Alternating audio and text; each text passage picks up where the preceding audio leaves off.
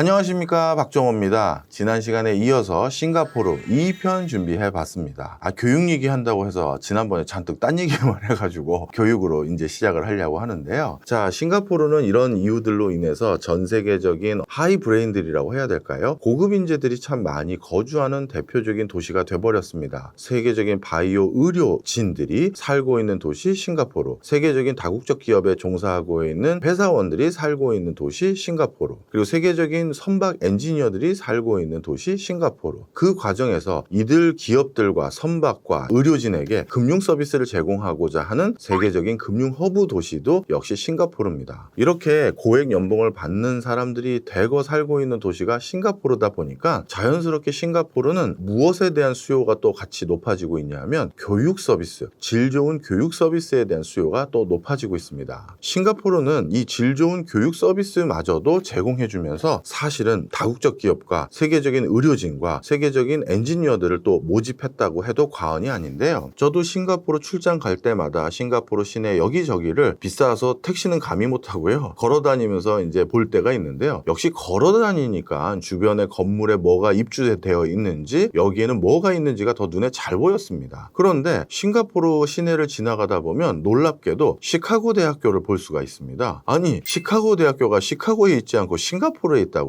예, 싱가포르에도 있습니다. 싱가포르에는 시카고 대학에 뭐가 있느냐? 시카고 대학의 세계적인 명문 비즈니스 스쿨인 부스라는 그 MBA 스쿨이 있는데요. 이 부스라는 경영대학원이 싱가포르의 단과대학원으로 부설이 거기 나와 있습니다. 그건 왜 그러냐면요. 지난번에 말씀드렸던 그 싱가포르 공무원 지인분이지 않습니까? 그분에게 제가 얘기를 들어봤더니 이렇게 세계적인 글로벌 기업에서 일하고 있는 회사원들을 유치할 때는 그 사람들이 또 가지고 있는 욕구들 중에서 자기는 이미 의학 박사인데, 자기는 이미 경영학 박사인데, 아니면 자기는 이미 공학 박사인데 내가 그동안 오랫동안 일하고 있던 내 고향인 벨기에에서 아니면 독일에서 아니면 뉴욕에서 그걸 등지고 아시아에 갑자기 발령받아서 싱가포르를 가서 거기서 3, 4년 이상 살아야 되는 상황인데 그러면 전 거기 가기 싫어요. 통상적으로는 그렇게들 얘기하는 경우가 많다는 거예요. 그러면 회사에선 그런 사람들을 보내기 위해서 이번에 네가 싱가포르에 갔다 오면 거기에서 네가 뭐 하는 것도 우리가 지원해 줄게. 이런 인센티브를 추가적으로 제공해 주는데 그때 많은 회사원들이 받고자 하는 인센티브가 돈이 아니라 나 공부시켜 주세요가 같이 포함되어 있답니다. 이미 학위가 있음에도 불구하고 또 공부를 시켜달라는 거예요. 그래서 저는 이미 엔지니어로서 이학 박사이자 공학 박사이자 뭐 이런 걸 가지고 있는데 재료공학 박사인데 제가 이제 자꾸 직급이 높아지다 보니까 저도 매니지먼트에 대해서 좀 이해가 필요할 것 같습니다. 이번에 제가 싱가포르 헤드쿼터에 지사장으로 가 있을 땐 제가 MBA 스쿨을 다닐 수 있게 좀 지원해 주십시오. 이런 것들이죠. 그래서 싱가포르 국가에서는요. 세계적인 MBA 스쿨을 싱가포르의 부설 기관 또는 단과대학만 유치하는 활동을 처음부터 전개를 해왔었고요. 다국적 기업 유치하기 전에요. 그래서 싱가포르에는 지금 인시아드라는 세계 탑티어에 해당되는 MBA 스쿨하고 그 다음에 시카고 대학교의 경영대학원인 부스와 같은 이런 세계적인 명문 대학이 단과대학 정도의 규모로 꼭 필요한 것들만 유치해서 싱가포르 내부에 이렇게 놓여져 있었습니다. 그래서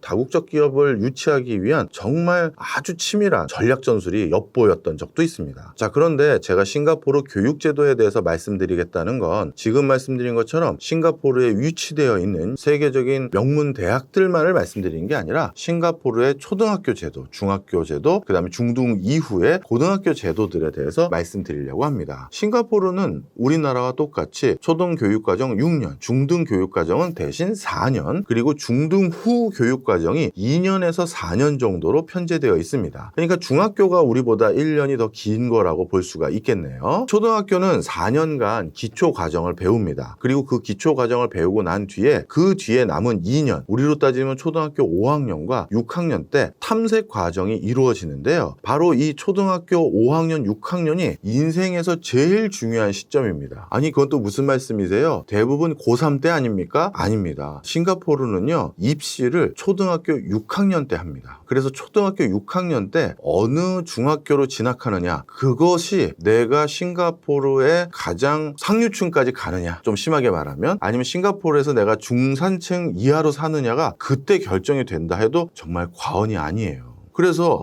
이건 너무 가혹하다. 요만한 애들이 새벽 2시까지 공부를 합니다. 왜냐하면 좋은 중학교를 가기 위해서요. 그래서 과외 또는 뭐 방과후 학습 이런 게 정말 치열하게 전개되고요. 초등학교 6학년 때 졸업시험이라고 할 수 있는 초등학교 자격시험이라는 게 있습니다. PSLE라는 건데요. 이 국가 공식 시험에서 어떻게 점수를 받았느냐에 따라서 중학교 때부터의 진로가 거의 확정됩니다. 그런데 이 참 안타까운 건지 그냥 그 나라의 제도인지 모르겠는데요. 초등학교 졸업시험에서 우수한 성적을 받아서 좋은 중학교를 가면요. 쉽게 얘기해서 싱가포르 국립대학은 아주 그냥 당연히 들어가는 걸로 바뀌어버리고요. 그런데 초등학교 졸업시험을 잘 못 봐서 좋은 중학교를 못 가면 싱가포르 국립대학교 진학은 거의 포기해야 되는 수준으로 입학할 수 있는 확률이 급격히 떨어져요. 그러다 보니까 싱가포르에서는 이 초등학교를 대상으로 한 사교육이 가장 활발하고 그리고 이 초등학교 4학년에서부터 6학년 요 사이에 이미 또 중등 진로 과정이 결정됩니다. 중등 진로 과정이라는 건 뭐냐면요.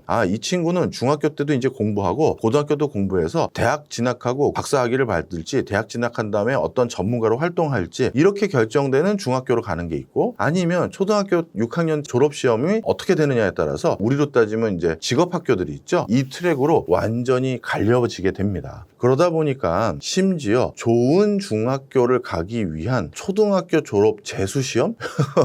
고3 재수가 아니라 초등학교 재수시험이 있을 정도다. 이렇게 보시면 되겠습니다. 이 주니어 칼리지나 대학이 거의 결정되는 게 거의 중학교이고 중학교를 좋은 데 가느냐 못 가느냐가 6학년 때, 초등학교 6학년 때 결정이 되기 때문에 하루 내내 6학년 아이들이 우리로 따지면 고3 입시생처럼 생활을 한다. 이렇게 보시면 되겠습니다. 이것 때문에 싱가포르도 여러 가지 사회적 양극화가 심각해서 여기에 대한 문제의식을 크게 갖고 있습니다. 어떻게 좋은 학교를 나왔느냐, 그렇지 않은 학교를 나왔느냐가 좋은 직업을 가질 수 있는 확률을 달리하고 좋은 직업을 갖게 된다는 건 그만큼 소득에 있어서도 적지 않은 영향을 미치기 때문에 결국 좋은 교육의 기회를 가졌느냐 안 가졌느냐가 양극화의 중요한 요인으로 작용하잖아요. 그런데 초등학교 6학년 때 재력이 있는 집은 과외비 등을 감당하면서 영어, 수학, 중국어, 과학 이런 것들에 대한 사교육을 적극적으로 활용해서 좋은 점수를 얻게 하고 명문 상급 학교로 진학을 하게 해버리니 결국 부모의 소득 수준이 자식들의 소득 수준으로 고스란히 이어지도록 만드는 일들이 생기다 보니까 이것 때문에 문제가 심각해지고 있다라고 판단을 하고 있는 것입니다. 자, 그럼에도 불구하고 싱가포르는 그러면 이러한 초등학교 때부터 입시를 하는 이 제도를 바꿀 생각이 있느냐? 제가 최근까지 느낌을 받았을 때는요. 물론 정부에서 발표하는 보도자료는 우리는 자꾸 개선하려고 하고 뭐 하려고 한다라고 하지만 사실 크게 바꿀 생각이 없는 것 같아 보입니다. 심지어 이게 좀 더 공고히 됐던 제도들도 중간중간 많이 만들어졌는데요. 이것도 이 나라를 어떻게 받아들여야 될지 참 제가 갸우뚱할 때가 많은데요. 그 중에 하나가 부모님의 학력 수준에 따라서 자녀를 낳을 수 있는 숫자가 정해져 있어요. 무슨 소리냐? 이건 또 교수님 또 무슨 회계망측한 소리십니까? 이렇게 얘기하실 수 있는데요. 예를 들어서 부모 둘이 다 대졸 이상인 경우에는 자녀를 2명 이상 낳을 수가 있는데요. 부모 둘 중에서 한 명은 대졸 이상의 학력을 가지고 있지만 다른 부모 한 분이 예를 들어서 고졸이라든가 그 이하의 학력을 가지고 있었을 경우에는 자녀를 하나는 가능하지만 둘 이상을 낳으려고 하면은 국가에 많은 세금을 내야 됩니다. 그러니까 자녀를 못 낳는 게 아니라 그런 경우에는 자녀를 하나 더 낳으려면 세금을 추가적으로 내야지만 된다라는 것이죠. 근데 그 세금의 수준이 어마어마하죠. 자, 그래서 아니 이거 이런 제도 우리나라에서 했다가는요 아마 난리 나겠죠. 근데 이게 싱가포르의 지금 제도들이에요. 그래서 싱가포르는 절대 민주주의 국가라고 할 수가 없습니다. 권위주의 국가에 해당되고요. 어떻게 보면 약간 세련된 형태의 중국의 모습이라고 해도 과언이 아니죠. 국가가 많은 부분 인위적으로 단속하고 관리하고 억제하고 통제하면서 국가가 여기까지 온 것이고요. 그런 과정에서 아마 외신을 통해서 많이 보셨을 겁니다. 국제적으로 아직까지 체벌이 가능한, 공식적으로 체벌이 가능한 유일한 국가 중에 하나가 싱가포르죠. 빌 클린턴 대통령 때죠. 미국의 한 관광객이 싱가포르에 와서 공원에서 금지하고 있는 몇 가지 행태를 그냥 재미삼아 해봤던 겁니다. 싱가포르에서는 공원에 껌을 뱉거나 침을 뱉어도 그거에 대해서 벌금형을 물기도 하지만 심지어 태형 10대, 20대, 3대 뭐 이렇게 되는데요. 이 태형이라는 게요, 그냥 무슨 우리 회초리로 종아리 걷어 하면서 딱 때리는 그게 아니라요. 우리 요즘은 그거 말고 뭐가 없을까요? 옛날에 저 어렸을 때 봤던 드라마가 하나 있는데 판관 포청천이라는 게 있거든요. 우리 그 춘향전이나 이런 것도 생각하셔도 될 것 같아요. 가끔 보면 사또에게 끌려가거나 판관 포청천한테 끌려가면 이런데 어디 눕죠. 눕고 엉덩이를 이렇게 깝니다. 그러면 진짜 이만한 넓적한 나무로 된 무슨 노저울만한 거 있잖아요. 이걸로 풀스윙으로 엉덩이를 10대 때린다. 그 태형을 말하는 거예요. 그래서 진짜 피멍이 아주 새파랗게 듭니다. 그런 태형을 공식적으로 허용하고 있는 국가가 싱가포르예요. 왜? 통제를 하려면 정말 따끔하게 머리에 각인을 시켜야 된다는 거예요. 내가 침 한번 뱉었다가 지난번에 진짜 죽을 것 같은 고통을 느꼈잖아. 이런 정도 해야지만 버르장 머리를 고친다라는 생각을 국가 지도자들이 갖고 있는 것이죠. 그래서 그걸 국내 사람들에게만 적용한 것이 아니라 싱가포르에 체류하고 있는 해외 사람들도 당연히 싱가포르 나라에 왔으니 싱가포르 법을 따라야 되잖아요. 바로 그래서 미국의 한 관광객이 그런 금지시되는 행위를 했다가 태형에 처할 위기가 생겼고, 그래서 빌 클린턴 대통령이 싱가포르 리콴유 수상에게 정중하게 죄송하지만 좀 이번에는 배려해 주시면 어떻겠느냐라고 했는데, 리콴유 수상이 딱 잘라서 말씀했습니다. 우리 싱가포르에 왔으니 싱가포르 법을 따르셔야죠 라고 하면서 태형을 집행한 경우가 있죠. 따라서 어떻게 보면 좀 저는 이렇게 표현을 드려요. 싱가포르 저도 좋아하는 면도 많은 국가이긴 한데 어떤 면에서는 가혹한 국가구나. 초등학교 6학년에게 이렇게 공부를 시키고, 부모님으로서 내가 아주 떳떳한 부모가 되려면 어떻게든 공부해야지만 자녀를 둘, 셋도 놓고, 우리 집은 자녀가 두셋 있어도 되는 집인 거 알지? 우리 아들, 딸. 이렇게 되는, 정말 또 뭐 하나 잘못하면 벌금 한 10만 원, 우리 가끔 그런 분들도 계시잖아요. 절대 그래서는 안 되지만, 여기 벌금 5만 원 있어요. 자, 돈 냈으니까 나 이제 이 담배를 마저 피고 갑니다. 이런 분들도 계시거든요. 돈 냈으니까 나 이제 필 권리를 샀다고 하면서. 그런 분들의 버르장머리를 고치는 건 때려야 된다라고 생각하는 것 같아요.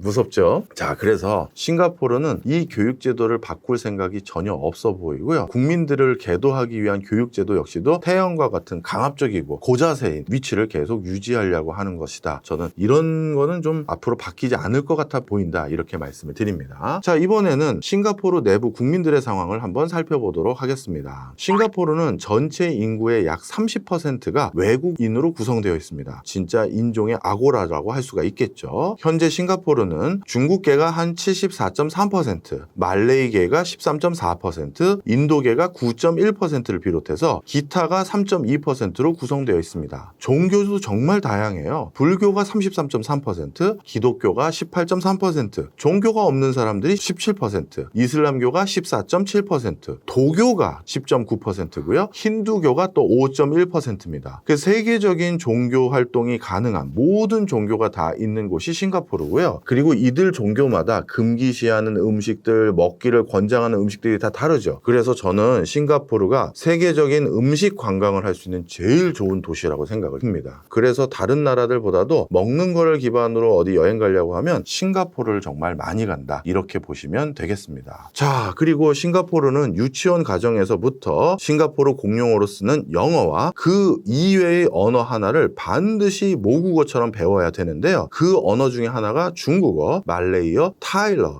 이런 여러 언어를 하나를 반드시 유치원 때부터 필수적으로 배우도록 유도하고 있습니다. 그래서 전 국민이 모두 적어도 2개 이상의 언어를 할 수 있게끔 하려고 한다. 이렇게 보시면 되겠습니다. 싱가포르도 하다 보니까 또 시간이 꽉꽉 차가네요. 다음번에 싱가포르도 해야 될 게 많은 것 같습니다. 싱가포르가 요즘 스마트팜이라는 또는 수경재배라는 이런 새로운 농업 부분에 관심을 둘 수밖에 없는 이유들, 그리고 싱가포르가 또 다른 제2의 항만 또는 제2의 공항 건설 사업들을 추진하는 것들, 그리고 그것들이 우리에게는 어떤 기회 요인이 되는지 다음 시간에 또 한번 살펴봐 드리도록 하겠습니다. 오늘 여기까지 하겠습니다. 감사합니다.